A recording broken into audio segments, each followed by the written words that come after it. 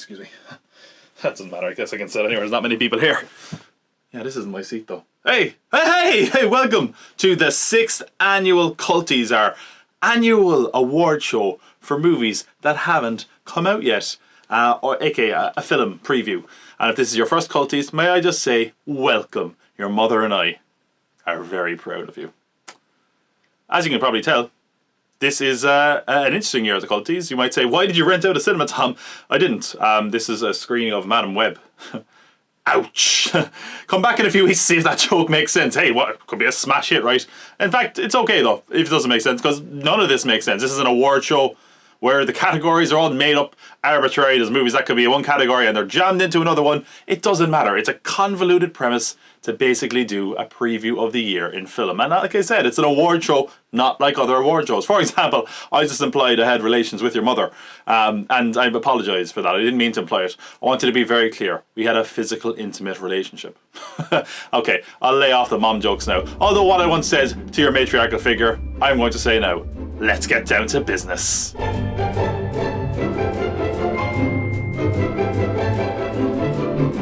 Oh, hey, everything old is new again. That's not talking about your mom this time. This is our award category for things that are old, new, reboots, remakes, prequels, things that they're kind of dusting off and trying to bring around again. For example, last year's winner was Barbie because it adapted a doll. That's kind of what we're going for. So let's get started. 8 films in this category. The first one is The First Omen, a prequel to Richard Donner's original Omen film. Director Arkasha Stevenson. This film follows an American woman working for the church in Rome and uncovers a sinister conspiracy to bring about the birth of the Antichrist. Stars Nell Tiger Free. What's an amazing name. Ralph Ineson and Bill Nye, which comes out April 5th. So in case you're wondering, we'll go through all the films nominated, then we'll do a bit of analysis and I'll pick a winner for each category. Kingdom of the Planet of the Apes of the, sorry, that's too many of those. A sequel to the reboot series, itself a reboot of the original series based on a book. So yeah, everything old is new again. Set 400 years after War of the Planet of the Apes, director Wes Ball brings us back to the Planet of the Apes. Wait a minute. Statue of Liberty.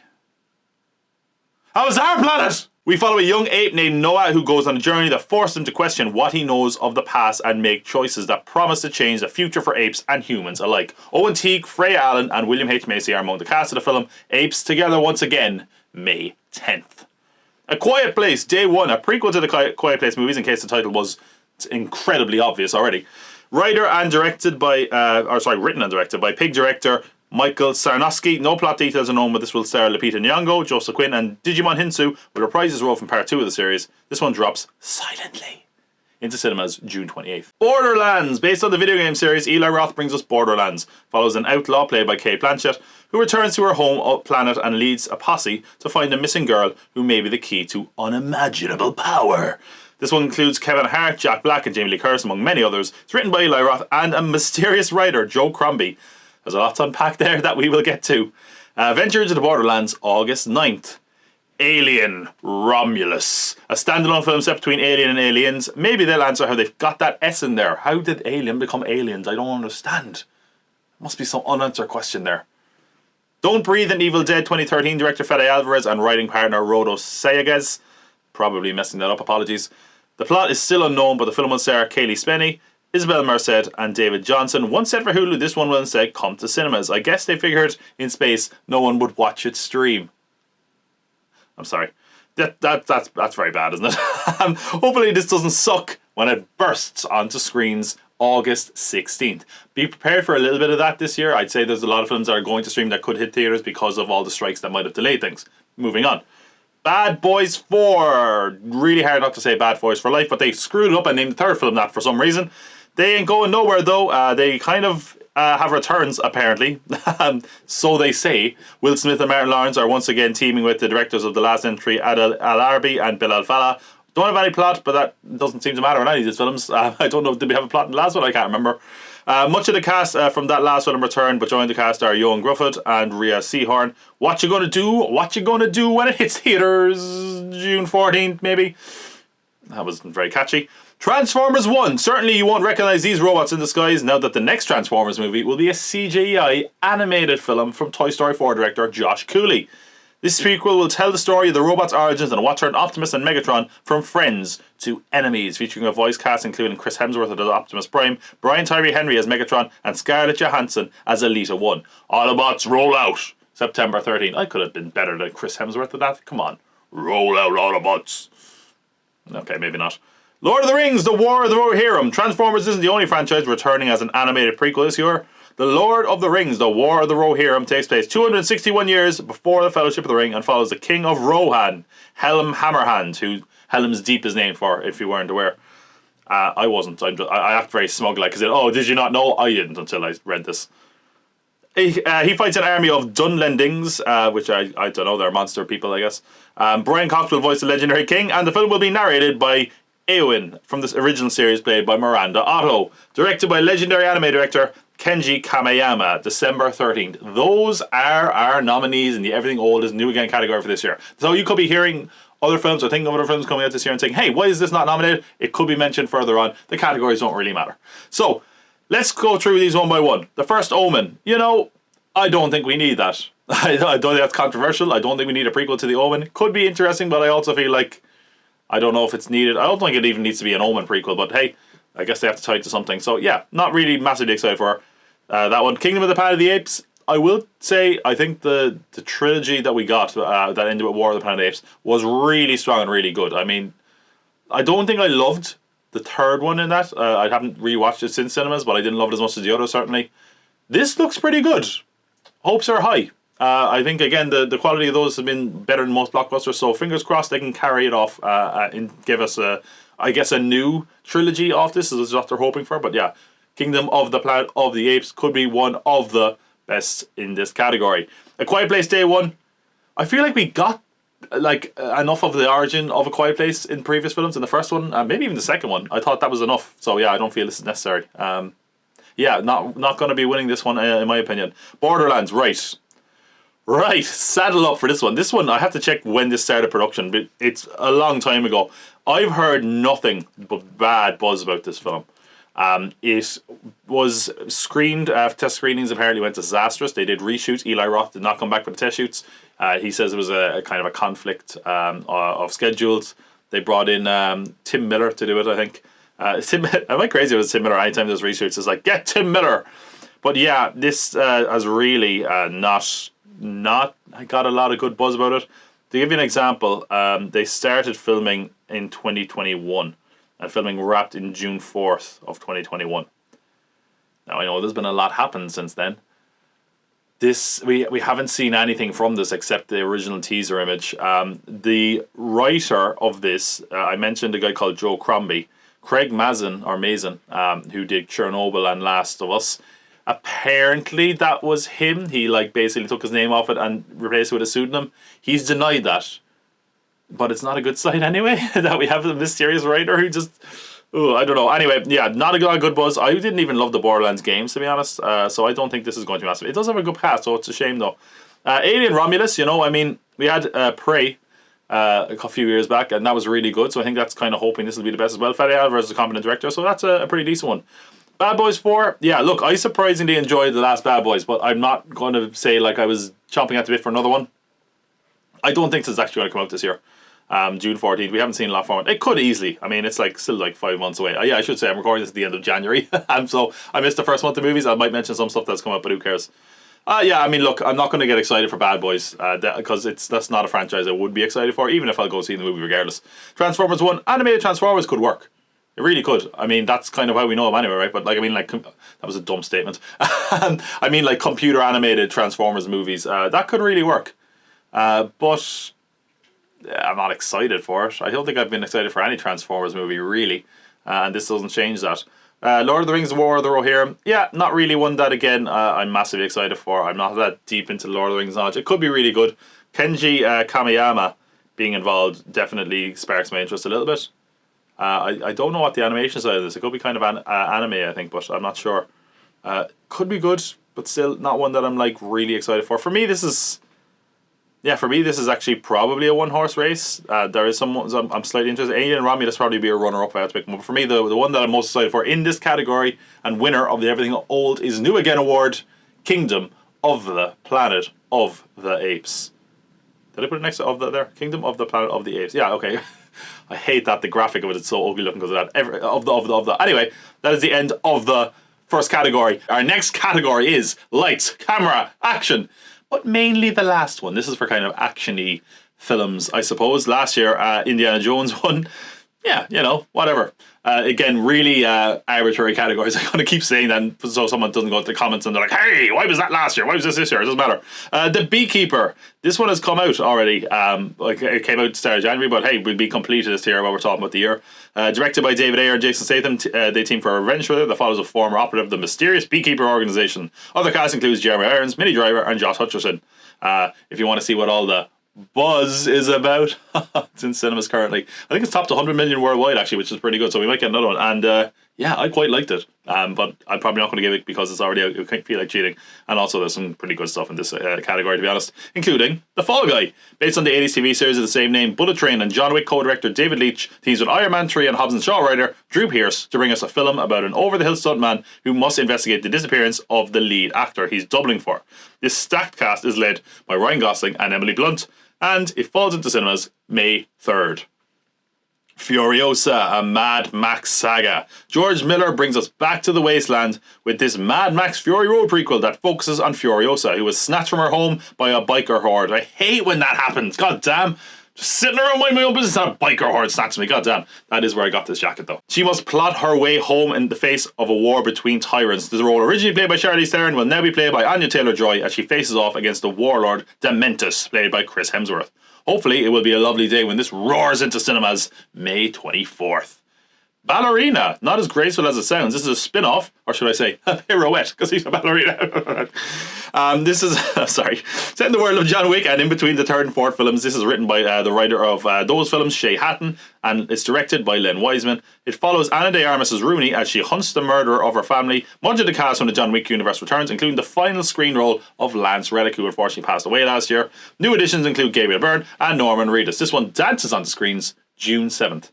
And our final nominee in this category is a directorial debut of its lead actor, Dev Patel, Monkey Man. He also gets a writing credit for this film, and he plays a young man who unleashes a campaign of violence against the corrupt leaders who murdered his mother and continues to systematically victimize the poor. Shanto Copley is also in this film, comes out April 5th. Yeah, this is an interesting category. I think there's some decent stuff. Like I said, The Beekeeper was good. I've seen it already, so I'm not really hyped for it because I've seen it.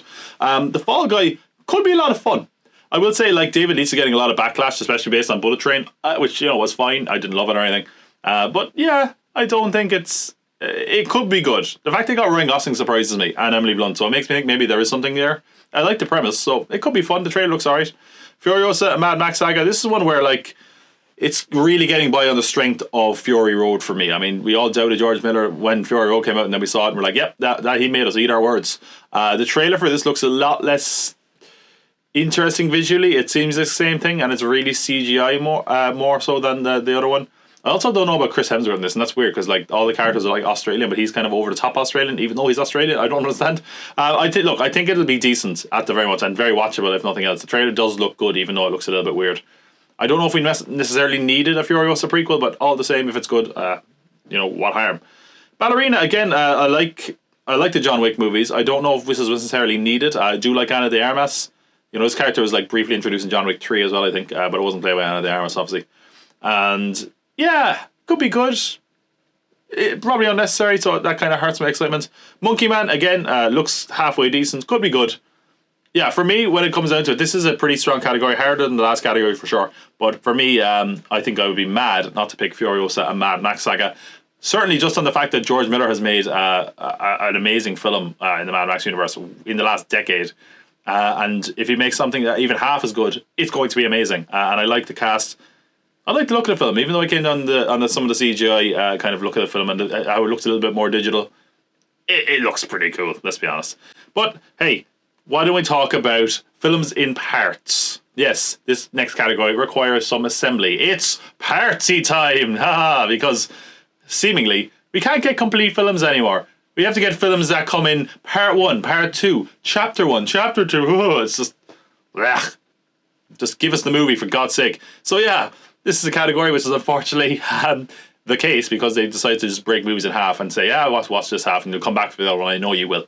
Okay, Horizon, an American Saga, Chapter 1. Directed, co-written and starring Kevin Costner, this Western epic takes place pre- and post-American Civil War with the expansion of the American West over a 15-year period. Intended to be the first of 4 films. Oh my god. This mammoth cast includes Sienna Miller, Sam Worthington, Luke Wilson and Michael Rooker, among many, many, many more. Horizon, an American Saga, Chapter 1 rides into town June 28th. Yeah, we're going to talk a bit more about that one in a sec. Dune Part 2. Once more we return to our axis. Denis Villeneuve brings us the second Dune film. Much of the surviving cast return. But we also get the addition of the likes of Austin Butler, Florence Pugh and Christopher Walken. As Timothée Chalamet's Paul Atreides once more returns to seek revenge against those who destroyed his family and prevent the dreadful future he has predicted. After being delayed last year, Dune Part 2 finally worms its way into cinemas March 1st. The Strangers, Chapter 1. Die Hard 2 and Deep Blue Sea director Rennie Harlin brings us the first in a new trilogy of Stranger films set in the original continuity. This entry stars Madeleine Petsch and Froy Gutierrez as a couple who come across 3 psychopathic mass strangers while on a road trip. The Strangers Chapter 1 comes calling May 17th, with apparently 2 other sequels coming this year as well. Hey, if the first one works, I guess. But yeah, that's what I mean. A lot of these films come with an obligation. It's like, oh, well, you'll see more if you saw this one, won't you? You knew what it was when you came in. Oh, God. Rebel Moon Part 2, The Scargiver. The second part of Zack Snyder's Star Wars, picking up where Rebel Moon Part 1 finished, with a cast once more led by Sofia Boutella. Not much else is known about this one, but it sure is going to arrive, whether you like it or not, on Netflix, April 19th.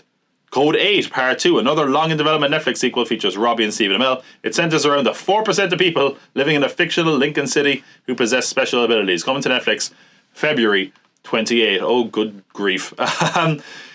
Yeah, as you can tell, I don't like this trend of part 1, Part 2, and I know the logic behind doing it, but I hate, just hate it. Especially because it used to be at least that you felt like you got a complete film, and then there just happened to be another part, whereas now it's like, yeah, here's half the film. It's just going to end there, like the last Fast and Furious film, and, even Spider-Verse and Mission Impossible as well. So I'm really, really kind of done with that trend, to be honest. Horizon American Saga. This is why Kevin Costner left Yellowstone or whatever, because he was basically like, hey, I've done my time on TV, I made enough money, and now I can just do this. I know Kevin Costner is all about these kind of big epic westerns. Good on him, but I don't know if it's for me.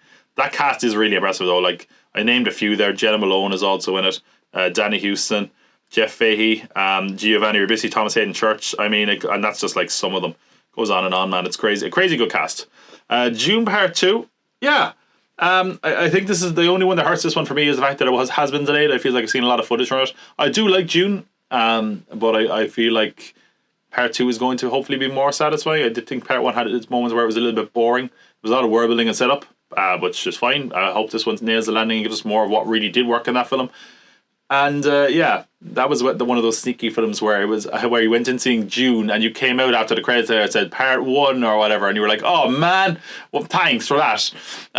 The Strangers Chapter 1, I haven't seen The Strangers, but some people really like these films. Yeah, they filmed three films at once, which is an interesting strategy. And for a horror film, I think that could work. It just sounds like generic horror, so I don't know. Rebel Moon Part 2. Rebel Moon 1 sucked. Sorry, Snyder fans. I wanted to like it as much as everyone else, to be honest, because it was like, he's got unlimited creative freedom. What did he do? Oh, he made longer, boring Star Wars that felt derivative of everything. No thanks. I might watch this just out of some nagging obligation. Not really interested in it. Code 8 Part 2. I had no interest in Code 8 Part 1. I don't know. If it gets a rave reviews, I'll see it, but maybe. To me, this comes down to...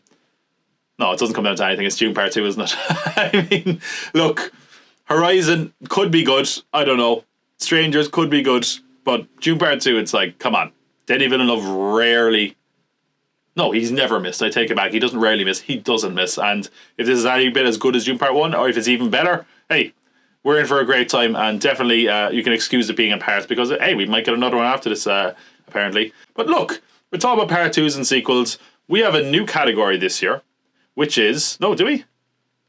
No, we don't. We had this last year as well. Because, what can I say? I'm shocked this returned, because this category is somehow blank returned. Sequels we cannot believe we're getting. Either because we can't believe they exist, or because who the hell thought to make a sequel to this many years later? You're going to know what that means in about a second. First off, sequel you wouldn't have expected, Horizon, an American Saga Chapter 2. Yes, we just talked about Chapter 1, which is coming out in June. June 28th. Guess what? You have 6 weeks to see it and get your shit together, because Horizon American Saga Chapter 2 comes out August 16th. The balls on you, Kevin Costner. It's really cheeky, isn't it? To be like, here's part 1, and then 6 weeks later be like, here's part 2. Why? Okay, so you just couldn't have put those together or edited one competent film. They must really hope part 1 works. But yeah, I don't know. I think like they kind of just mashed these together on Wikipedia. It's like Horizon American Saga, but it's a 2-parter. I think Wikipedia or IMDb might even have it messed up as well. But yeah, the cast, I guess, is the same. The story follows on from part 1. I don't know. Speaking of sequels that we've been waiting a long time for, Beetlejuice. Yeah, I guess someone didn't say his name 3 times, because that's why we've waited so long. Unfortunately, it wasn't as easy saying his name 3 times to get this to happen, but the bioexorcist finally appears again when we get a sequel 36 years later. One of the longest gaps between sequels ever. Tim Burton returns to direct a sequel that features the return of Michael Keaton in the title role, along with a returning Winona Ryder and Catherine O'Hara as Lydia and Delia Dietz. Joining the cast is Jenna Ortega as Lydia Dietz's daughter, Astrid, along with Monica Bellucci and Willem Dafoe. Jumping the line, September 6th. Gladiator 2, another film we've been hearing about for a long time, arrives 24 years later. Yeah, let's not go crazy. It's not a Beetlejuice level. Those are rookie numbers compared to Beetlejuice. 24 years after the original, Ridley Scott somehow returns to the world of Gladiator, following the nephew of Joaquin Phoenix's Commodus, who was saved by Russell Crowe's Maximus in the first film. Convoluted connection, isn't it? Paul Mescal will lead the film, joined by Denzel Washington, Connie Nielsen and Pedro Pascal. The film also reunites Scott with his Napoleon scribe David Scarpa, who has sole writing credit on this film. Will you be entertained? We'll find out November 22nd. Karate Kid. This sequel? Reboot? I don't know. This is kind of surprising that we had this, because we just had Cobra Kai, and this is a weird mash together. In case you didn't know, this is the sixth Karate Kid film is bringing the 2010 reboot with Jaden Smith and Jackie Chan into continuity with the original films. So Jackie Chan is returning to his role as Mr. Han, but Ralph Macchio is also returning as Daniel LaRusso.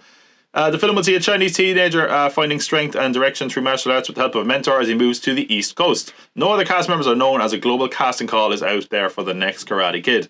Jonathan Entwistle, best known for his producing and TV direction, will direct from a script by Peter Rabbit writer Rob Lieber. Still unclear, by the way, if this is actually going to connect or carry on the story of Cobra Kai. But I guess we'll know for sure when this one waxes off December 13th. do you ever think it's weird, right? This is a total aside. wax off. Like, it sounds like a use. It is a euphemism for wanking. And then when they rebooted, they said jack it off. Oh, you're not waxing off in there. No, I'm jacking it off. Like, come on. Why did you could have, you had many options, many choices, and twice in a row you came up with a euphemism for wanking, is all I'm saying. Mufasa, the Lion King. I can't make any jokes out of this name. A prequel to 2019's photorealistic remake. Writer Jeff Nathanson returns, but this time directing duties are being taken up by Moonlight and If Beale Street Could Talks, Barry Jenkins.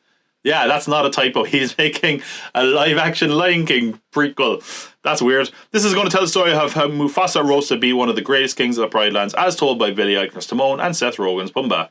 Prepare to put your behind in the past. 20th of December. Beverly Hills Cop, Axel F. Boop, boop, boop, boop, boop, boop, boop, boop, boop, boop. Yeah, did you think that was going to happen? Axel Foley is back in Beverly Hills as he investigates corruption in the department with his estranged daughter Taylor Page and her ex-boyfriend Joseph Gordon-Levitt. Eddie Murphy returns to the role along with more returning cast including Judge Reinhold, John Ashton and Paul Reiser. Mark Malloy, mostly known for his commercial work, will direct this one, and it comes to Netflix mid-2024. Will it be mid? Probably. It's a Netflix film. Winnie the Pooh, Blood and Honey 2. Oh, good God. Winnie the Pooh, bloody little buddy all covered in guts. Yeah, what the hell? You wanted it. Now you're stuck with it. You sick mothers. Why did you see this? I told you this was going to happen. Now we're stuck with these. Now we're going to get all these crappy... We're going to get all these crappy, like, oh, it's out of copyright. What can we do with it? Slasher film? Cool. Winnie the Pooh is here. Reese Frake Waterfield is returning to direct this. The biggest additions include the character of Owl and most notably Tigger. They weren't able to use him in the first film. They can use him now. This film has a massively increased budget, rumored to be 10 times more, and may lead to crossovers with other public domain horror films they have in the works, like Peter Pan and Bambi. Oh, God. Will you fall for this film? If you've got nobody else to fall for on Valentine's Day, you can check it out. February 14th. God damn, I'm going to talk about that in a sec. Twisters. Better bunker down because a twister is coming through. Or should I say, twisters! That's right, they're making a sequel to the 1996 Helen Hunt, Bill Paxton film. Minari director Lee Isaac Chung will direct with a script from Boys in the Boat and Overlord writer Mark L. Smith. Cast includes Daisy Edgar-Jones, Glenn Powell and Anthony Ramos. Twister tears into cinemas July 19th. That's right, the day Galway was liberated by Indians. Whoa, that was an obscure joke. If you're Irish, you love it. Okay, Horizon. I mean, I know nothing about Horizon 1, so I can't get excited about Horizon 2. Beetlejuice. I love Beetlejuice. It's kind of nice to see. You know, it's probably going to be a stupid nostalgia retread and all that, but hey, Michael Keaton is going to be back as Beetlejuice. That's kind of fun. Gladiator 2, yeah, I don't know why we're getting a Gladiator 2. It feels it could just be another film, but hey, there's enough here that give me a few red flags. You know, David Scarpa, who wrote Napoleon, which I did not think was very good, but it got a good cast. Good work. I mean, speaking of good cast, by the way, I also think Beetlejuice 2 has a good cast. Willem Dafoe and Monica Bellucci. And also, man, Jenna Ortega is like such a perfect casting there as the daughter of Lydia. But Karate Kid, yeah, I don't know. I kind of burnt out in Karate Kid and never even finished Cobra Kai. I kind of got sick of it. So I don't know, this will really have to do something new and original to make me interested in this, to be honest. Mufasa the Lion King. Okay, there's two films here where I'm like, what, how, why did they manage to get this director for this property? Like, Barry Jenkins is making, I think what he described as like a Godfather Part 2 version of The Lion King, which is insane. I don't know, I love The Lion King, but I didn't like the 2019 version. So it's like, this could work. At least it's something original, and that was kind of one of my big problems with the first 2019 photorealistic remake. I'm going to jump to Twisters because, yeah, having the director of Minari making a sequel to Twisters is so weird. Like, man, who made that choice? But I like Twister. I don't think it fully holds up. I watched it recently. It's kind of a little bit cheesy, very 90s and stupid, but it could be fun. It could be a kind of fun disaster movie, and it has a decent cast. So yeah, maybe I'm not against it. Beverly Hills Cop. Come on, like Eddie Murphy kind of sporadically tries this. Just it feels like they've been trying to make Beverly Hills Cop again for a long time, and this is the only time they've gotten really close. And yeah, it's going to Netflix, which doesn't really help. Winnie the Pooh. Yeah, look, I think these are so lazy. Maybe I would love if it was good and had some cool ideas, but I didn't see the first one. Didn't seem to be very good from most accounts, and yeah, who knows if this is going to be any better. It's tough. There are, do you know what? I'm down on a lot of these, but there's a few that have me interested. I'm interested in Twisters. I'm interested in Mufasa. I'm interested in Gladiator. What am I most interested? I'm most interested in Beetlejuice 2, if I'm honest. Yeah, surprising, but I think like Tim Burton coming back to a property is interesting because he doesn't do that very often. I think he's, you know, someone who's maybe trying to move away from some of his bad habits as a filmmaker. He's been kind of on cruise control for a while. And yeah, hey, Beetlejuice is a fun movie, and Michael Keaton come back as Beetlejuice is fun. We haven't seen anything out of this. I could totally see footage of it and go like, nope, we're done. But hey, we'll see. Speaking of things we've already seen, these are things we've already nominated in a previous award ceremony. This is called the Deja Vu Award. Movies that get delayed that we talked about in past award ceremonies. Last year, the winner of this category was Mission Impossible Dead Reckoning. We talked about it like 3 years in a row because of COVID. But yeah, this is stuff we talked about previous years. Some stuff got delayed. Some stuff, you know, was undated at the time and just didn't make its date. First off, Argyle. This will probably actually be out by the time this award ceremony drops. But yeah, Matthew Vaughn of Kingsman directs this meta-spy comedy about a spy novelist whose stories got a bit too close to reality as writer Eiley Bright Alice Howard and her cat, Alfie, are dragged into the real world of espionage. Cast includes Henry Cavill playing the titular Argyle? I don't know if that's right. Sam Rockwell, Bryan Cranston, Dua Lipa, and honestly, way too more to name. Comes out February 2nd. Great cast. We're going to talk about more about that in a sec. Ghostbusters, Frozen Empire. Who are you going to call? Ghostbusters! They're back! Ghostbusters Frozen Empire is the sequel to 2021's Ghostbusters Afterlife. Co-writer of that film, Gil Keenan, co-writes and directs this time around with Jason Reitman, who directed the first film. Co-writing, yeah, they swapped around, is what I'm trying to say. The Spengler family leave Oklahoma for New York as they must work with the original Ghostbusters to prevent a second ice age brought on by an ancient artifact. Much of 2021's principal cast returns, as do the original surviving Ghostbusters and some much more familiar faces. I meant more familiar faces, not much more. Like, oh, he's more familiar than that person. What does that even mean? I'm not going to spoil who else returns, but yeah, there's more people come back as well. Will busting make us feel good? We'll find out March 22nd. Challengers, Bones and All Me By... Bones and All. He didn't direct Bones. Bones and All. I nearly did it again. The and is making me think All is a separate film. Bones and All director and Call Me By Your Name director Luca Guadagnino brings us a romantic sports comedy. Obviously it's an obvious choice for a romantic sports comedy, but yeah, if you see the trailer, this is not. That's weird billing for this. Following a losing streak, the wife and coach of a Grand Slam champion signs him up to a challenger event where he will face off against her former lover. Sarah Zendaya, Josh O'Connor, and Mike Feist. Has this tennis movie got the juice? You can use that marketing team. Here's hoping we love it when it serves on April 26th. That's right, I got more puns. Love, serve, boom. Harold and the Purple Crayon, a long in development film adaptation of the 50s kid book about a boy named Harold who goes on a magical journey with his purple crayon. Carlos Saldaha directs his first live action film, having previously made Rio films and the first three Ice Age. Zachary Levi. Sorry, we're taking him serious now. Zachary Levi and Zoe Deschanel. Journey with Harold on August 2nd. This is exactly what I wrote last year. Because nothing's changed except today. We still haven't seen a stitch from this film. So yeah, if you're not going to give me anything, I'm not going to give you anything, Harold and the Purple Crayon.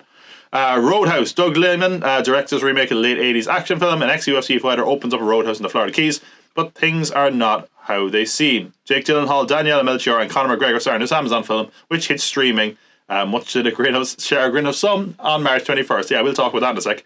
Megalopolis. I'll be honest, I made a rash decision including this last year. But yes, this is the return of Francis Ford Coppola as a director. Because I did say at the time there's a good chance we won't get this until 2024, and here we are.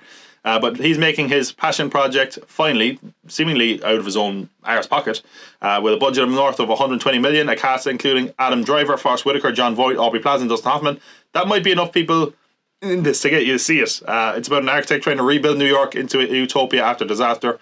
Some are saying this might premiere at the Cannes Film Festival. Certainly Coppola said it'll be with us in a few months, so it is coming this year for sure, but we'll see if it's actually been worth the wait, and is it worthy of a return to directing for Francis Ford Coppola. We will see. Yeah, this is always such a strange category because you never know what's going to get delayed or not make it. So we got a real mixture of stuff here.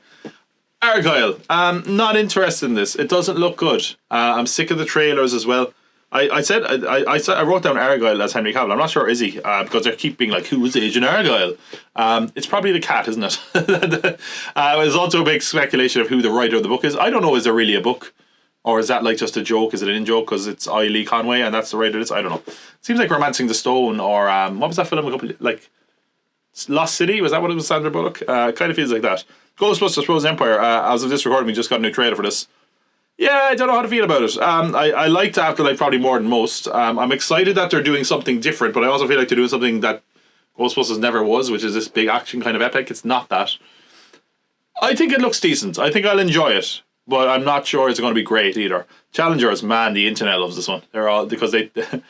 How can I say this in an eloquent way? They think there's no eloquent way to say it. They think this is a movie about Zendaya getting in a threesome, and they were like whoa. So yeah, hey, I'll watch that. I don't know what else to say about that. Other than the Purple Crayon, yeah, whatever. Moving on. Roadhouse, yeah, the controversy here is that this was made for MGM, then I went to Amazon, or Amazon bought MGM's library or whatever, and they're putting on streaming, and the director does not want that. He's like, the best movie of my career, which is a big boast, a big thing, because he has directed some good stuff. The trailer for it looks okay. Could be fun. I don't like Conor McGregor at all. That really damages this one for me. Megalopolis is also there, which, could be good. I want it to be good, but it's hard to tell. I mean, it's the director coming off such a big, long absence and doing it on his own dime. I hope it works. I hope it's great, but it's a weird one. The cast alone is worth the watch. Yeah, for me, this is between Ghostbusters and Megalopolis. Yeah, do you know what? I actually am changing what I have here. I made a choice. I originally picked Ghostbusters. I'm going to change this. I'm going to change this to Megalopolis. Because, look, Ghostbusters, having seen the new trailer that just dropped today, it wasn't giving us anything new. Megalopolis, I'm hoping, is going to be something new. I'm just pulling for it, man. I want it to be good. I want Francis Ford Coppola to kind of have one last, big hit in them. It's like, when George Miller made Mad Max, we were like, come on, man, I'd love if it was good. This would be awesome if it was great, and I hope it is. But hey, we'll have to wait until it plays a circuit. It's probably going to play a Cannes, as the rumour says, but we'll see. Hopefully it's not horrible, because, the horror! Ah! That was a terrible scream. I'll put in a scream sound effect, maybe. Yeah, this is the horror genre, which is always packed, for better or worse. There's 10 films in our category this year. Last year, Scream 6 won. And since then, the franchise has died and descended into absolute madness and controversy. But hey, hopefully that won't happen to any of these films. First one being Imaginary. Cry Wolf and Kick-Ass 2 director Jeff Wadlow brings us Imaginary, in which a woman returns to her childhood home and finds that her imaginary friend is not very imaginary or very happy at being abandoned. Wanda Weiss and Tom Payne star prepare to enter a world of imagination. March 6. Well, I was trying to do a Willy Wonka thing there. A world of pure imagination. I forgot the word pure and it confused me. By the way, sneakily almost a category this year. Films about imaginary friends. This is like the first of 3. It's weird. Speak No Evil. Woman in Black director James Watkins remakes his 2022 Danish film of the same name, Speak No Evil, in which a holiday in a country home becomes a psychological nightmare. James McAvoy, Scoot McNairy and Mackenzie Davis star. This one speaks up. August 9th. Saw 10. Is that Roman? No, 9. What? No, 11. Yeah, sorry. I forgot how Roman numerals worked. After the big success of last year's Saw X that took place between the first 2 entries, Lionsgate is once more playing games. Not much is known about the movie, except it's going to be a direct sequel to Saw X. If you want to see Saw, strap yourself in. September 27th. Smile 2, a breakout hit in 2022. Writer-director Parker Finn returns with Smile 2. Naomi Scott will play our lead with Lucas Gage and Rosemary DeWitt joining the cast as well, and Kyle Gallner returning from the original. October 18th. Terrifier 3, Damien Leone's cult smash hit. Oh, that was an unfortunate misspelling. I said cult smash shit. Sorry, I didn't mean that. Terrifier returns for his 3rd entry as Art the Clown wreaks havoc on the citizens of Miles County on Christmas Eve. You'll probably shout, you'll probably cry when Art the Clown comes to town on October 25th. What were they trying to do there? You'll probably shout, you'll probably cry when Art the Clown comes to town. What's that? Santa Claus? You better watch out, you better not cry, you better not bow. Oh yeah, okay. Kind of rushed that one, but hey, doesn't matter. Hopefully the film is better than my bad joke. Trap. What a twist. Emma Shannon has a film coming out this year called Trap. Nothing else is known about this film. It will star Josh Hartnett. Trap opens August 2nd. I like that. I like it. Just get to keep it brief for a change. I Saw the TV Glow. Indie director Jane Schoenbrunn partners with A24 to bring us I Saw the TV Glow, in which 2 teenagers bond over their love of a television series. After it is mysteriously cancelled, their reality begins to blur. Produced by Emma Stone and starring Justice Smith. No official release date for this one, but it did recently play Sundance. Heretic. Scott Beck and Brian Woods, who wrote A Quiet Place and directed last year's 65, bring us Heretic, an A24 film that sees 2 Mormon missionaries attempt to convert a man, but it becomes far more dangerous than they could have anticipated. This stars Hugh Grant, Chloe East and Sophie Thatcher. Not yet dated. Longlegs. No, I'm not talking to you, Longlegs. Settle down. Longlegs. Nicolas Cage stars in this Oz Perkins film about an FBI agent investigating a serial killer and uncovering a personal connection to them, forcing them to work fast to stop another family murder. Michael Monroe stars as our FBI agent, with cast also including Alicia Witt and Blair Underwood. July 12th this year. Presents. Yes, we are going to be graced with presents. Ha ha ha. Steven Soderbergh directs this thriller from a script by David Cope, in which a family move into a new house and find they are not alone. With a cast led by Lucy Liu, this was snatched up after a screening at Sundance, where it was lauded for its nail-biting tension, which hopefully we'll experience for ourselves this year. Well, horror's really going through a great few years, to be honest. It's just really doing well. I guess it's a genre that never really dies in general, but, you know, all the same. This is, I'm not going to lie, it's actually a tough category. There is some really good stuff in this category this year. Imaginary. There was a trailer for this, I think, that didn't have much imagery in it. There was a lot of sound, and that was kind of interesting. But aside from that, sounds kind of gimmicky, doesn't it? It's like, oh, it's imaginary horror, but it's like an imaginary friend is going to kill you. Okay, fine, whatever. Speak No Evil. Yeah, again, the Danish film it's based on was apparently good, so maybe this will be good, but it doesn't, like, the premise isn't grabbing me in any way. Saw 11 XI. I hate that. That's why it's confusing me, because we got to call it Saw X, and then we have to say Saw 11. You know, it's just kind of a little bit awkward. I didn't see Saw X. Heard it was good. Haven't watched a lot of Saws. Yeah, maybe it will be good, but I feel like they're going to just run into ground again when they have to realise, like, oh, yeah, wait, we killed off this character. How many in-betweenkles can we do? Smile 2. I didn't like Smile as much as everyone else, but hopefully, you know, it's better. Terrifier 3. Didn't like the first Terrifier. It just felt like mindless violence, and I don't really like that in horror films. I like when there's a bit of fun to it, and I didn't find that in the first Smile. Maybe the second one was better, I don't know, but it's really ungodly long, isn't it? Trap. Shyamalan is hit or miss. I don't have enough to go on to really say if I want to see this or not. I saw the TV Glow. Sounds interesting. I'm surprised they got Emma Stone to produce it, so that's kind of grabbing my interest as well. And that's an interesting one, and I think get good reviews at Sundance. Heretic, again, that one does sound interesting. Yeah. And again, Hugh Grant in a horror film is a cool choice. You know, I just didn't expect it. Long Legs, they've been doing some really cool marketing for this already. And Oz Perkins makes interesting films. So, you know, he's not a hack like some of these other films sound like. Presence sounds like it could be a winner. It's such a strange thing. Soderbergh, like, who I'm sure is always like, I'm retiring, and then he makes more films. And David Cope, who, if you didn't know, like, wrote Jurassic Park films, wrote things like wrote on Spider-Man, wrote some of the Indiana Jones crystals, or well, the more recent Indiana Jones. I probably shouldn't mention that. But yeah, strange choice for a film. Basically, I think it's about. Did I mention the plot? I think basically, yeah, they move into a house and they're not alone. People apparently walked out. This was so tense, was making me interested. But okay, yeah, this is a tough one. I saw the TV Glow. It's for me. Yeah, it's between the last four for me. I saw the TV Glow, Heretic, Long Legs, and Presence. There's a few decent ones I could be interested up top, but those are the ones that really grab me. It's between, actually, do you know what? If I narrowed it down even more, it's between Presence and I saw the TV Glow. I saw the TV Glow kind of sounds a bit like, Don't Hug Me, I'm Scared? It kind of reminds me a little bit of that. I'm going to give it that. That sounds kind of interesting. I like kind of ones that mess with your reality a little bit and your perception. And yeah, that's what it's going to be for me. I saw the TV Glow, but yeah, Presence is a strong runner-up for me. But hey, if you're sick of watching the TV Glow, you should probably read a book. Book 'em, boys! Yeah, this film's based on a book. Last year, June Part 2 was here, which is still... June Part 2 could have been in like 5 categories this year. That's why I said, none of this makes sense. Spaceman, based on the novel Spaceman in Bohemia, this Netflix film follows an astronaut sent to the edge of the galaxy to collect mysterious ancient dust and find his earthly... Oh my God. Jesus, sorry, Jesus Christ, I'm sorry. I think I just read the book in that plot synopsis. Look, Adam Sandler is a spaceman. He comes across a creature who has basically been around since the beginning of time. It's like a weird spider thing, voiced by Paul Dano.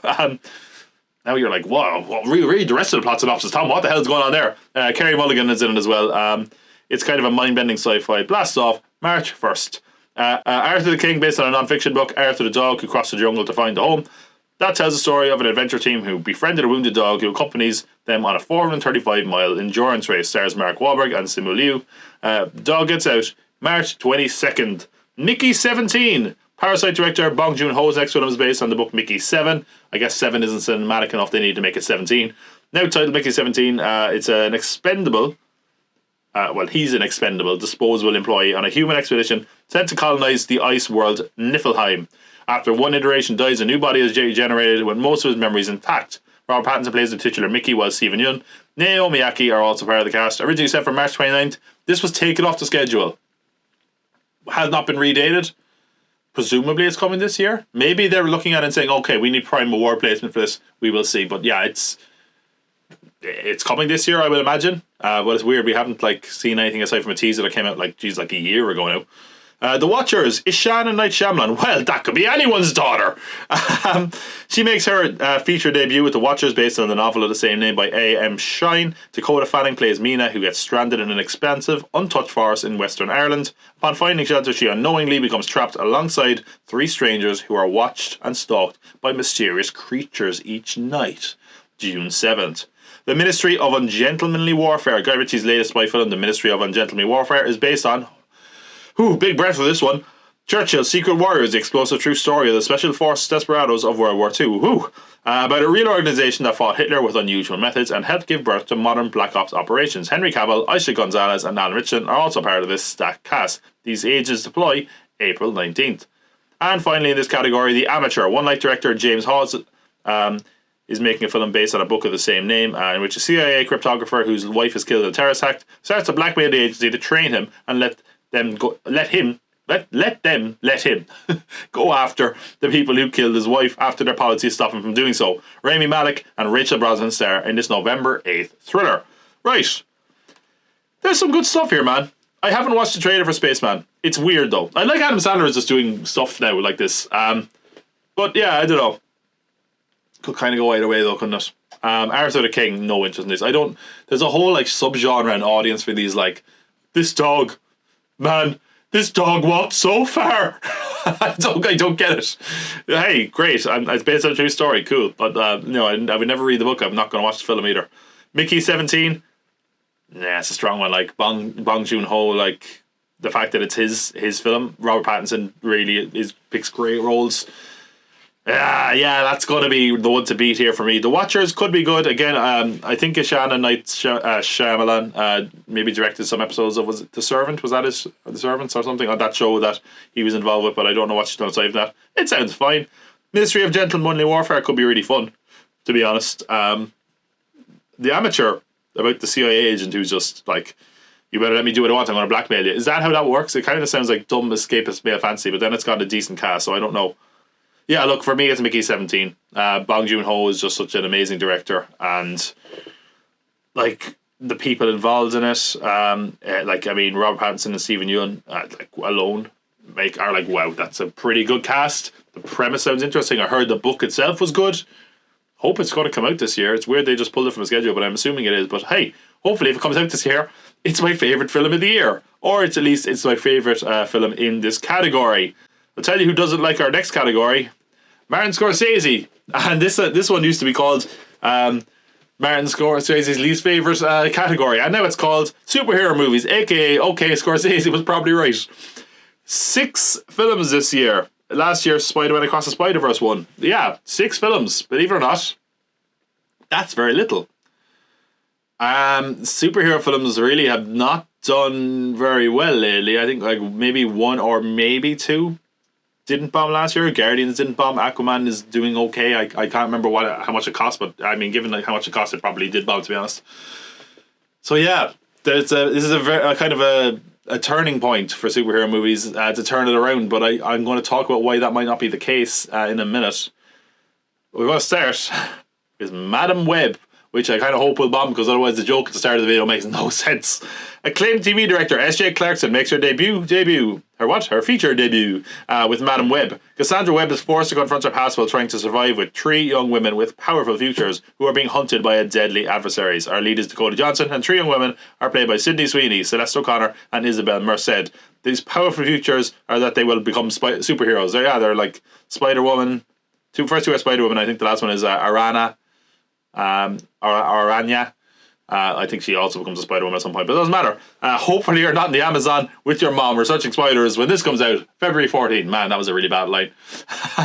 It's like, she was in the... I think I know her. She was in the Amazon with my mom researching spiders when she died or some shit. Oh, it's terrible. Jesus. It's hard to recover from that. Deadpool 3. Sean Levy has the heavy burden of both delivering with the only MCU film of the year and also with wrangling Wade Wilson into the Marvel Cinematic Universe for a film that finally sees him team up with Wolverine. We won't count X-Men Origins. With a film that promises to be a fun jaunt and possibly a closing chapter on the Fox Marvel Universe. Ryan Reynolds and Hugh Jackman team up along with a few returning characters, but be careful. Some of those are spoilers. Be careful where you read about this film if you don't want things to be spoiled for you. Deadpool makes a superhero landing, July 26th. Kraven the Hunter. J.C. Chandler directs Kraven the Hunter. One of Spider-Man's great foes will finally stalk the big screen with a cast including Aaron Taylor Johnson as the lead, Ariana DeBose and Russell Crowe, where Russian immigrant Sergei Kravenov is on a mission to prove that he is the greatest hunter in the world. The hunt is on August 30th.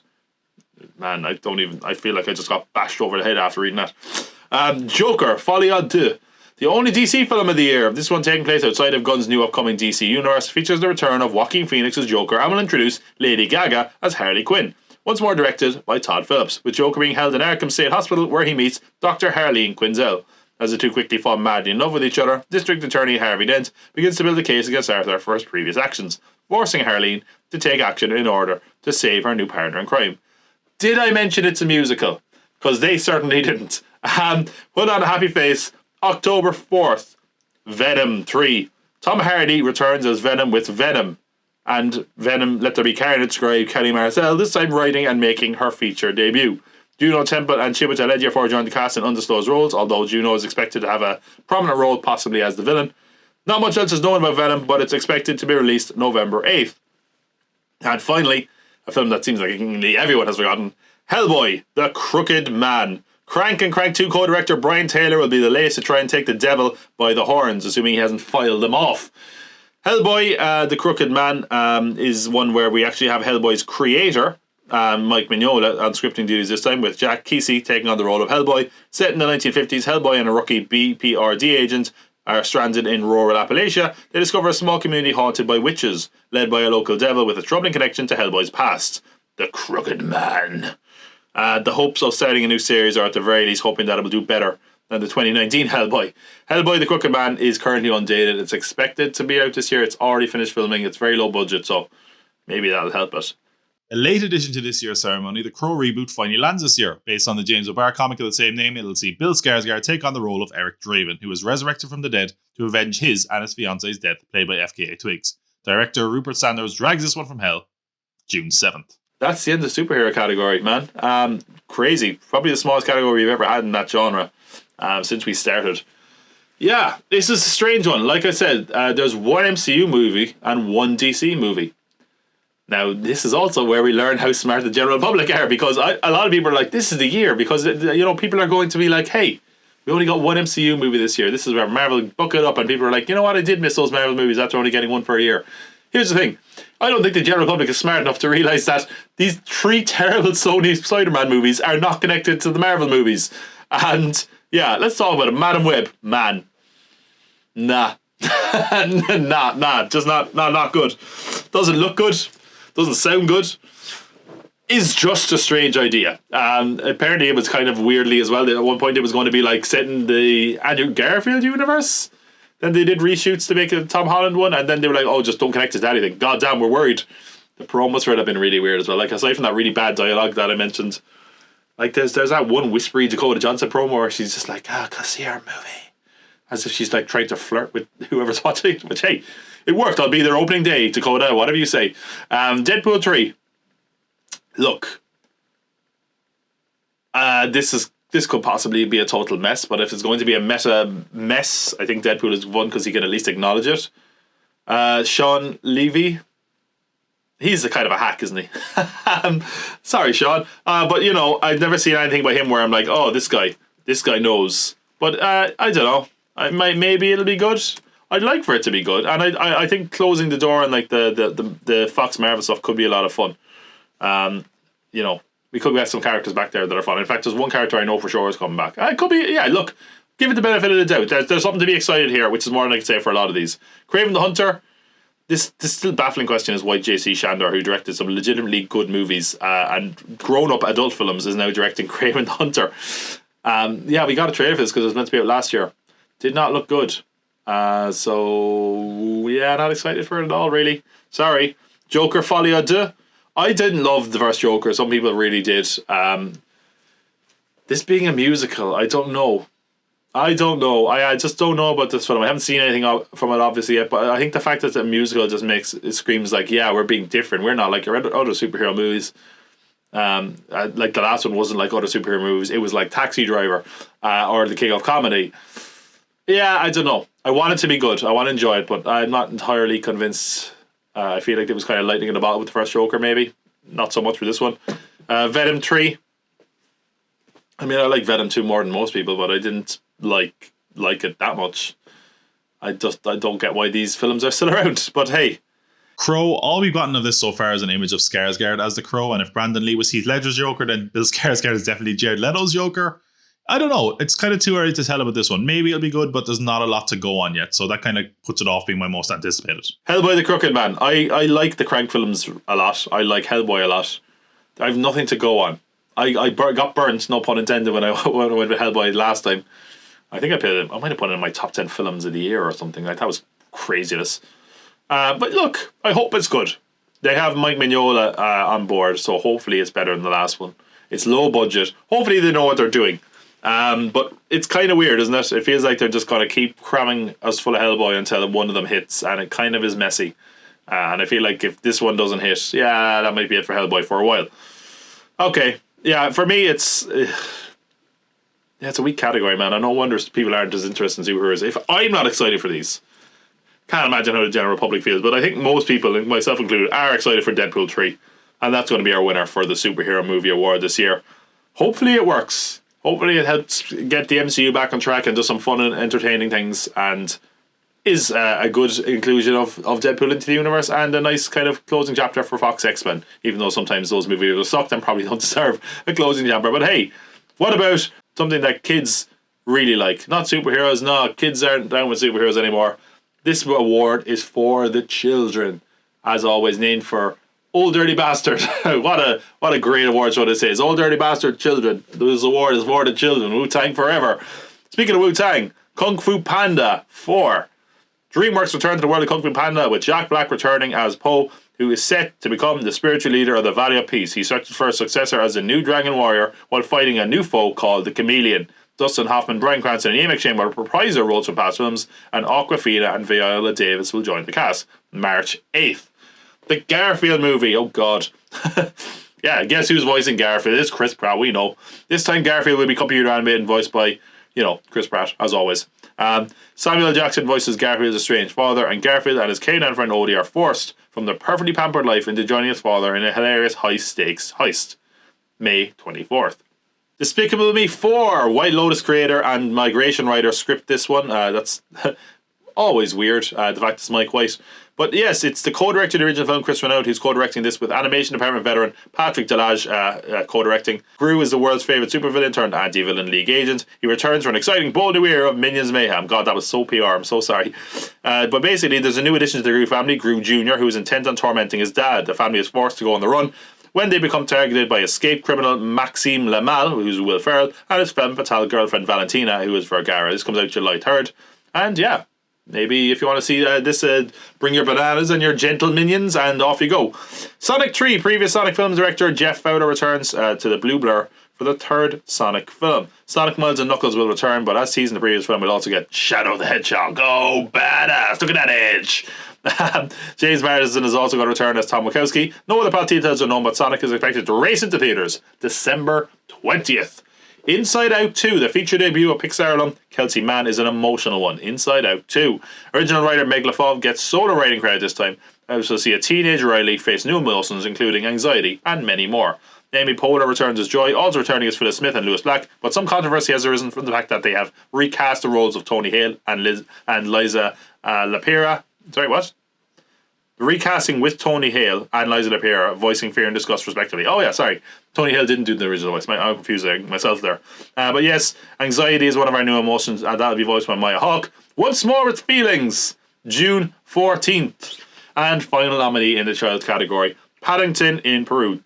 Dougal Wilson has some big boots to fill here. He's stepping over and taking over the Paddington franchise after previously being Paul King, who did such an amazing job. Paul King gets a story credit this time around, but Dougal Wilson is directing it. This time around, Paddington and the Browns set off to visit his Aunt Lucy in Peru, but they unfortunately end up adventuring through the Amazon and the mountains of Peru.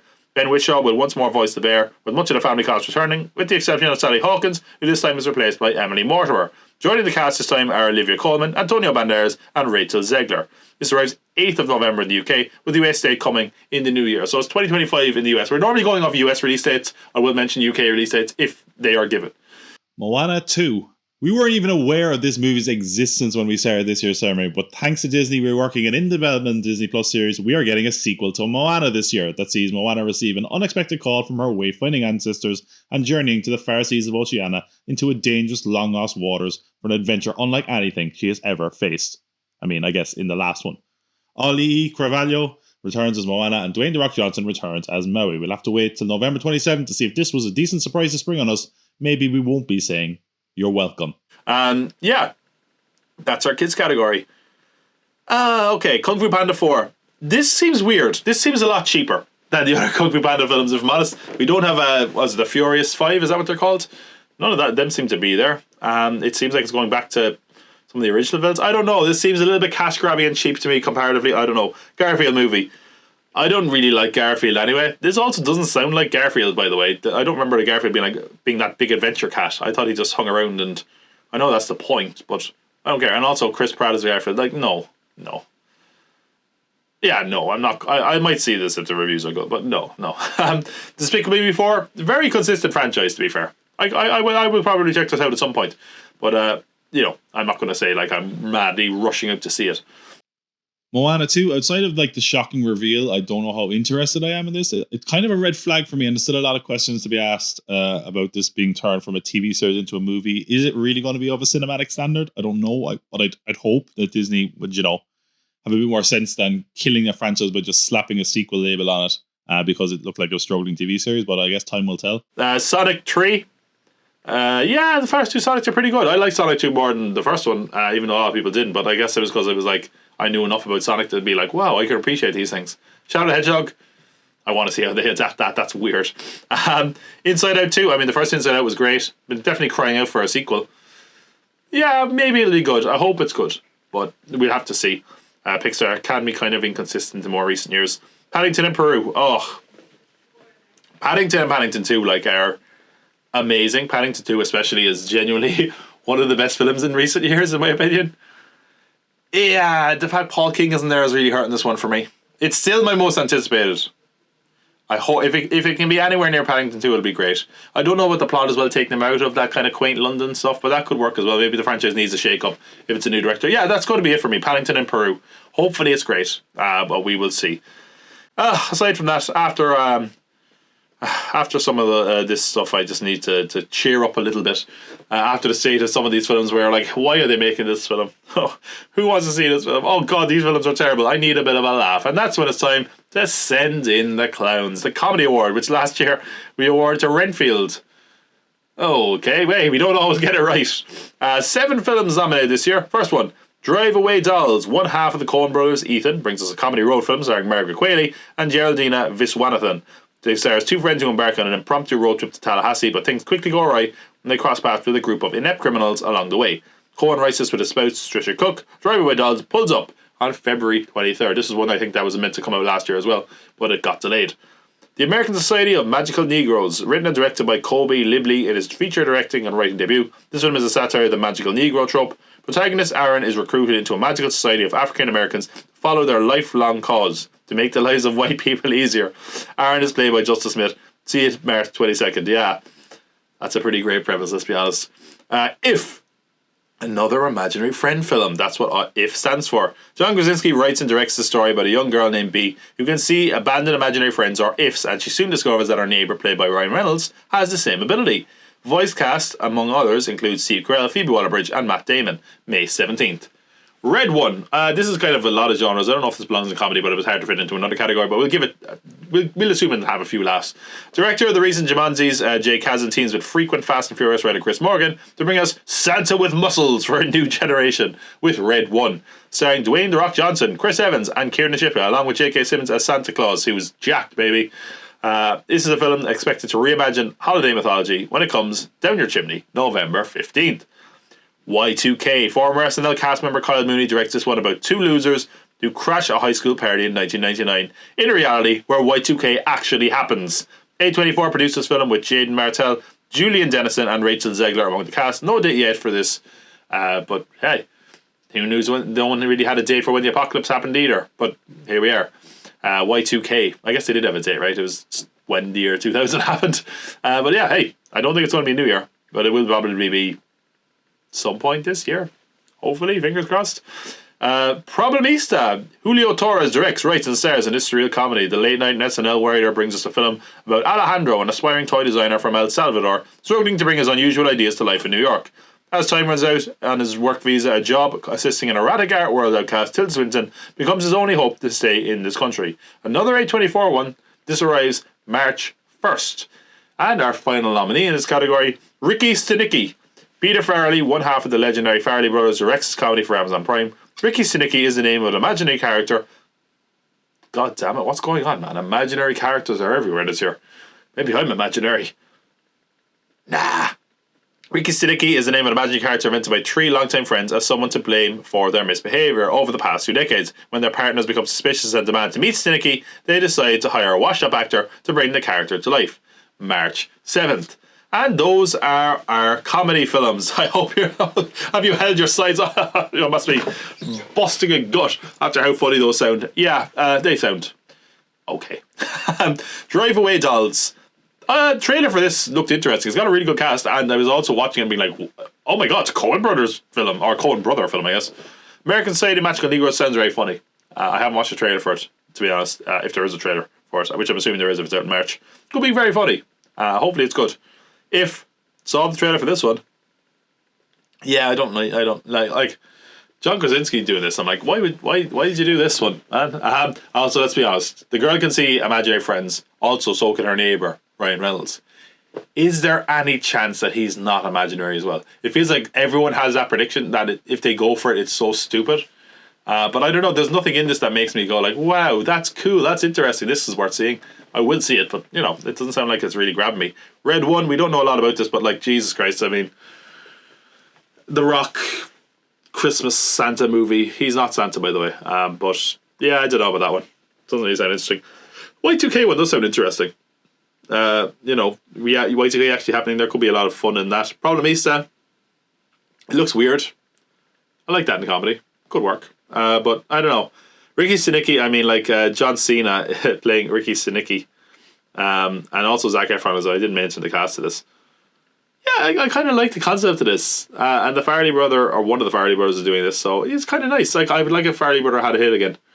And again, it feels like they probably make comedy that not everyone makes anymore. The rest of the stuff kind of doesn't grab me.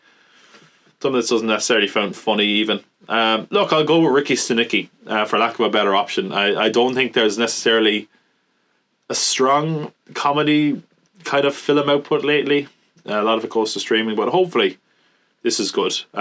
Ricky Stenicki isn't the only film coming to streaming this year, because our next award is Bring It to the House, the streaming award. Last year this went to The Killer, David Fincher's film, which, you know, just shows you the caliber or talent they bring to streaming. And this category doesn't necessarily have that.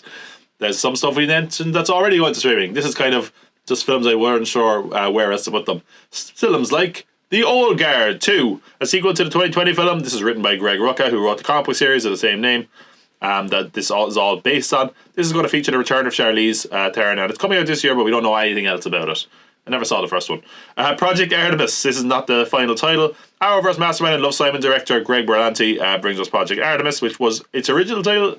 I don't know. They were like, that's not its name, but they haven't given us a new name. So I don't know. We don't know much else about this, but the plot is that it's set up against the backdrop of the 60s space race, with a cast including Scarlett Johansson, Channing Tatum, Jim Rash, Ray Romano, and Woody Harrelson. This one shows some promise, and is actually going to be shown in cinemas on July 12th. Much like Napoleon, though, it's an Apple TV Plus film. It's an example of the Sony-Apple partnership, which is also true of our next film, Wolves. No, I'm not illiterate. It's Wolves. Not wolves. Wolves. Ugh, it's unpleasant to say. John Watt, who brought us the MCU Spider-Man trilogy, writes and directs this grammatically incorrect action thriller starring Brad Pitt and George Clooney. It follows two lone wolf fixers who are hired for the same job. Get it? Because they work together, so they're wolves. It's weird to say that.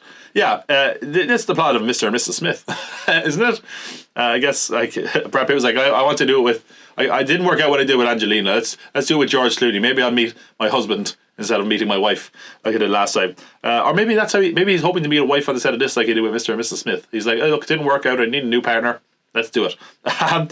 This I nearly called him Mr. and Mrs. Smith. This hits cinemas September 20th, again, before going to Apple TV Plus. Blitz by Steve McQueen, who gave us, of course, 12 Years a Slave, and Widows. He writes and directs this historical drama following Londoners during the German bombing of the UK during World War II. Cast includes Saoirse Ronan, Harris Dickinson, and Stephen Graham. Not clear if this will hit theatres, but it will certainly make its way to Apple TV Plus. It's not a Sony co-production, so who knows. But Lilo and Stitch certainly will. Marcel the Shell Shoes director retells the story of Lilo and Stitch, the latest Disney live-action adaptation. Zach Galifianakis and Billy Magnussen voice, with Chris Sanders returning as the voice of Stitch, and newcomer Maya Kaloha playing Lilo. Currently expected to come to Disney Plus as opposed to cinemas. Yeah, they said that.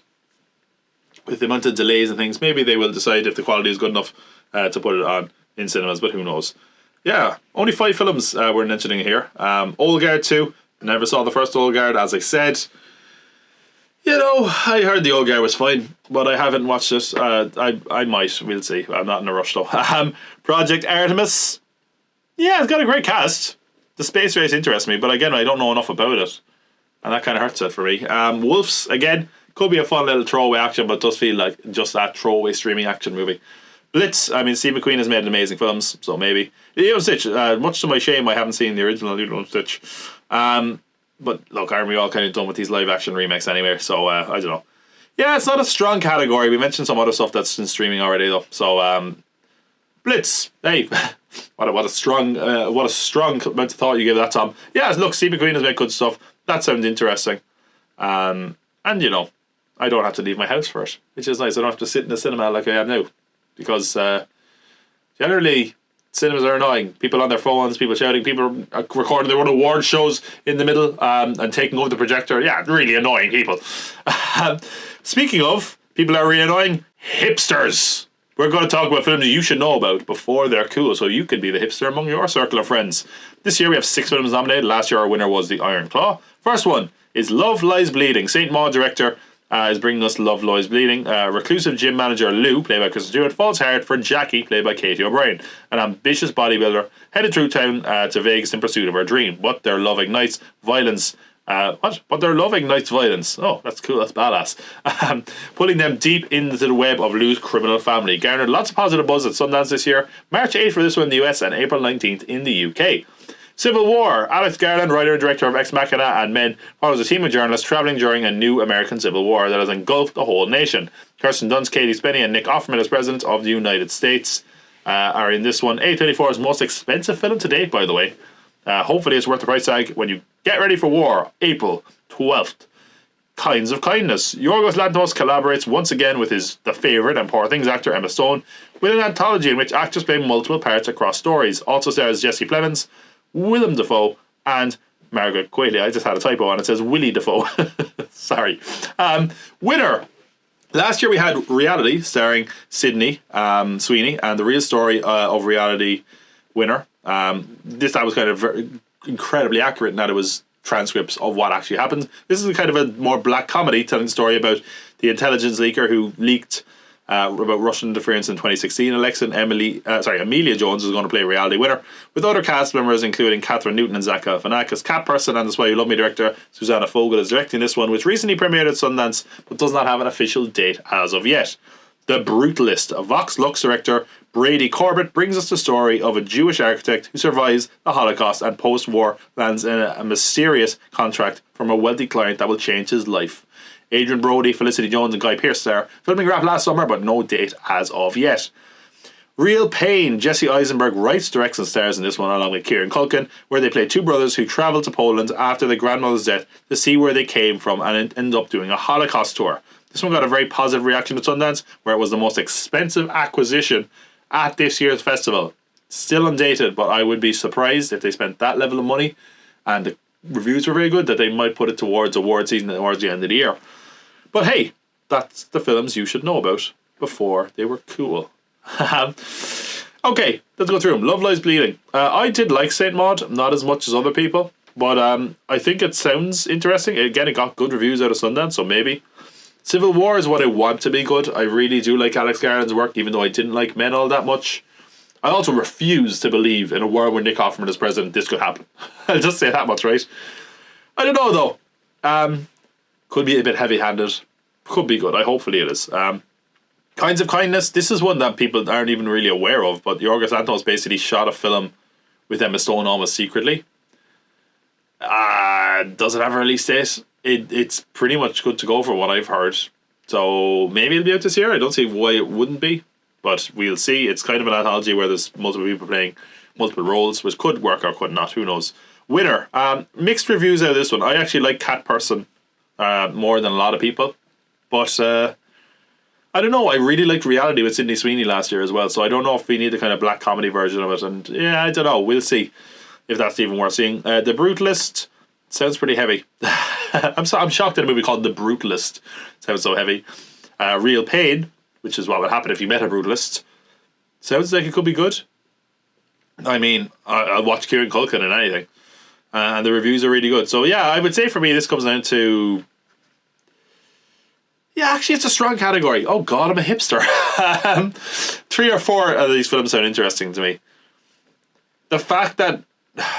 Yeah, for me, the fact that Poor Things was my favourite film of last year, I talked about my top 10 in last year if you want to check out that video. Kinds of Kindness, if it comes out this year, is definitely off the top of my list as a result of that.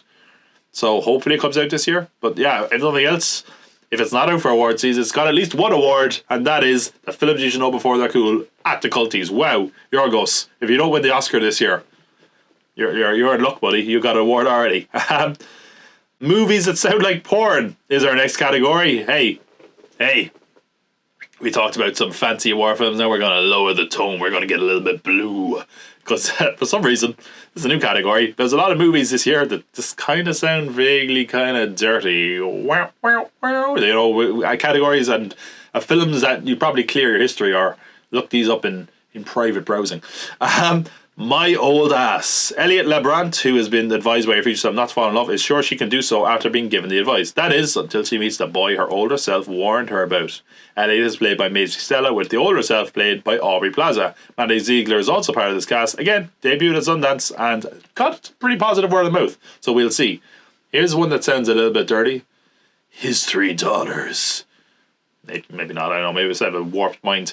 The 3 daughters are played by Carrie Coon, Elizabeth Olsen and Natasha Lyonne, who all come together after their father's health declines. Played well at Toronto's last year, Azazel Jacobs writes and directs, who previously gave us The French Exit. Ooh la la. Yeah, that sounds a bit dirty too, doesn't it? My throat's getting a bit dry, it's so... it's just so spicy in here. I think that got an okay reaction. I think it actually debuted a year, like in Toronto last year, as I said it did. It got a decent enough reaction, so we'll see. Maxine. Oh, sorry, that doesn't work. It's just saying it. There's 3 X's in it. XXX. Get it? Dirty. Ty West's next film is in his X trilogy. This stars Mia Goth as Maxine, who moves to the 80s LA to become an actress after surviving a massacre. Elizabeth Debicki and Michelle Mannon also star, to name a few. This is perhaps the most impressive cast of all those films to date, and it's expected to arrive sometime this year. Freaky Tales. Ryan Bowden and Anna Fleck, writers and directors of Mississippi Grind, Half Nelson and Captain Marvel, bring us Freaky Tales, 4 interconnected stories during real historical events in Oakland, California in 1987. Pedro Pascal, Ben Mendelsohn and Dominique Thorne star. No date set for this, but also got a pretty decent reaction at Sundance. So it seems like everything I mentioned is getting a good reaction at Sundance. Maybe Sundance is just an easy audience. And man, this is a real dirty one. Spermageddon. Yes, an adult animated computer musical. This Norwegian film has a dual narrative, with one story being about a couple having sex for the first time, and another that follows Simon the Seaman in search of an egg. What the hell? One of the co-directors of this directed Violent Night, so it's not, and he directed, what was it, Dead Snow? Was it the Nazi Zombies one?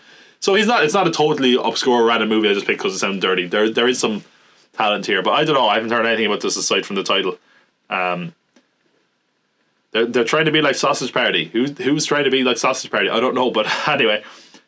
Pussy Island. Now I should say this one had the good sense to change that title. It only recently changed, but it's in this category anyway, because it was called Pussy Island. Now it's called Blink Twice. Boo, that's not dirty enough. Boo. This is directed by Zoe Kravitz, where a cocktail waitress becomes infatuated with a tech mogul and travels with him to his private island, where things begin to go wrong. Naomi Ackie, Channing Tatum and Simon Rex star, among others. This comes out August 23rd. A lot of dirty movies on this list. Is that sexy voice, or is that just kind of like, ugh? I don't know. Okay, My Old Ass, I've heard is decent. His 3 daughters, not for me. Maxine, I will say, I enjoyed Pearl more than X, and I think the plot of this one sounds more interesting than both. Freaky Tales, yeah, honestly, I don't think I like kind of anthology films or interconnected stories all that much. I don't know. Not sure about that one. Spermageddon, I was excited for Sausage Party and I felt burnt when I watched it. Pussy Island could be interesting, but I think I wonder, are they just trying to grab people with a title that sounded like that when the movie's not very good? Obviously they've changed it since, so I don't know. Yeah, for me it's like My Old Ass or Maxine, but I think it's a pretty easy pick for me. Maxine. I think that X trilogy has been really good. I really like that premise. I like the kind of 80s setting. I think they could do something really interesting with this, and you know, I don't want to talk shit about it because apparently Mia Goth kicks people underneath her. And I'm definitely below her status in society. So yeah, I'm going to pick that so she doesn't boot me in the head. Allegedly. Anyway, let's lighten the tune with a bit of an old sing-song. That is what our next category is. These movies are all to do with music. The sing-song, sing-along. It's time for movie time song, sing-song. I don't know, this doesn't really have a name. I've never done this category before. Sing-along with Tom. Yeah, fuck it. Okay, whatever. This is all to do with movies that are musicals or have something to do with music. First up, this one's already come out, the musical adaptation of Mean Girls, which they don't want you to know it's a musical, but I'm here to do an expose. That's right, it's a musical. Dun, dun, dun. Adapted from the Broadway musical, which was adapted from the movie, which is adapted from the book. Most people don't even know it's adapted from a book.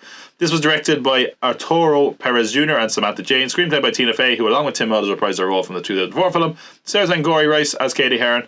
Renee Rapp as Regina George. It's originally set for streaming, but it doesn't even go there. Ha! I get it. Yeah, it's currently in theaters. My review for it is online already. Movies and Milk. Check out my review if you want to check it out.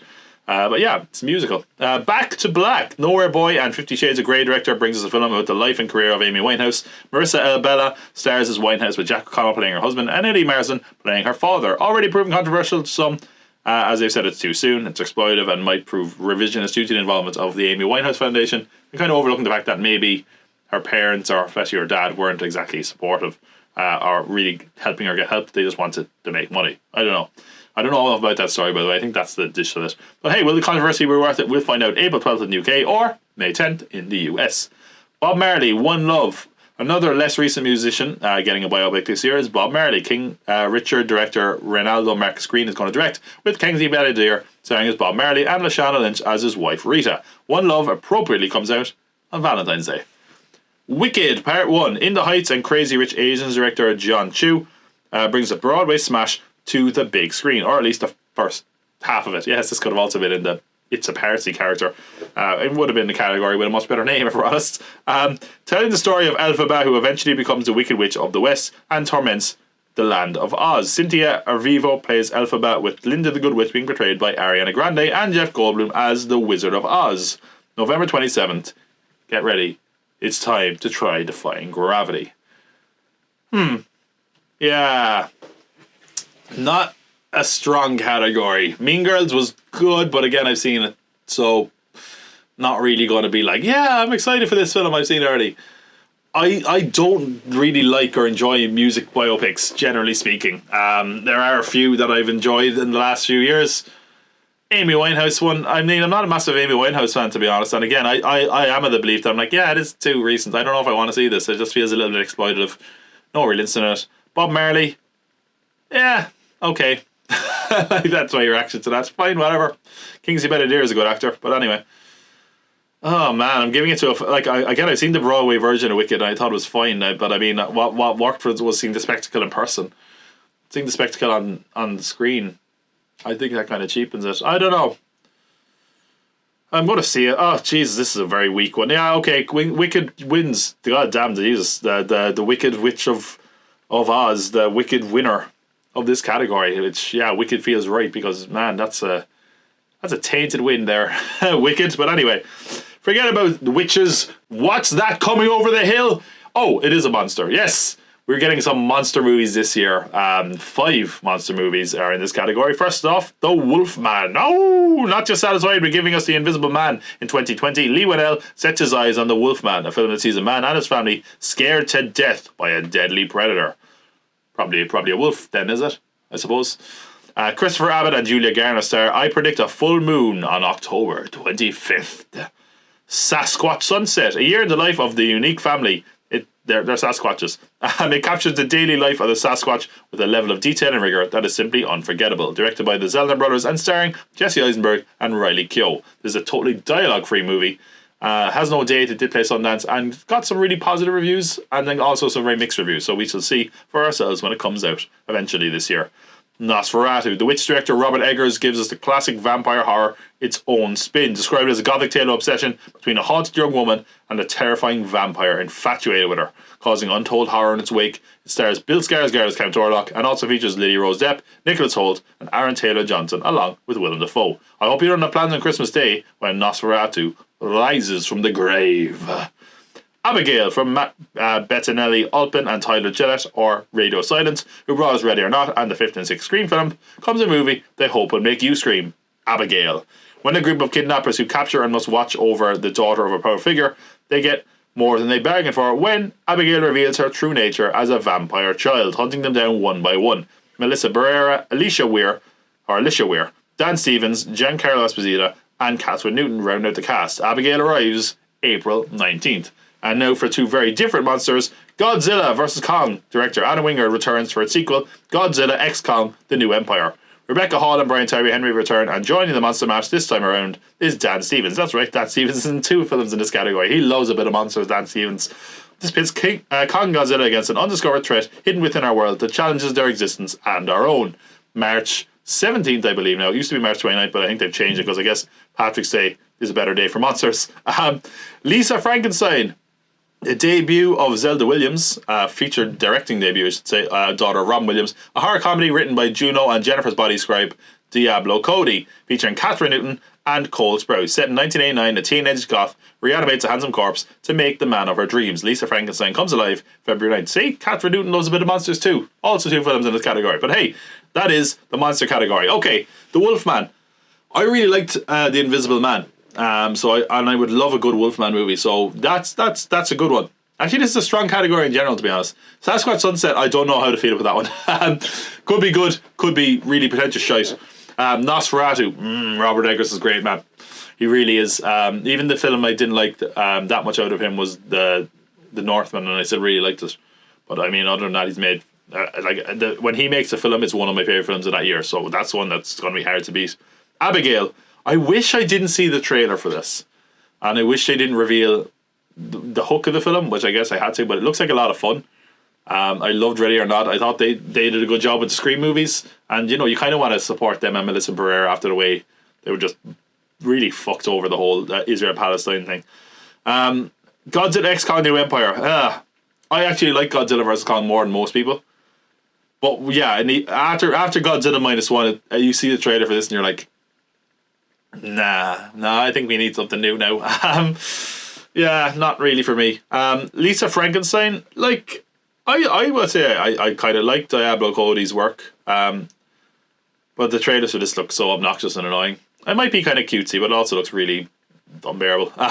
So for me, it's between The Wolfman, Abigail, and Nosferatu. And I think there's one that's a clear favourite here, and that is Nosferatu. Robert Eggers just has made some amazing films. I love Nosferatu.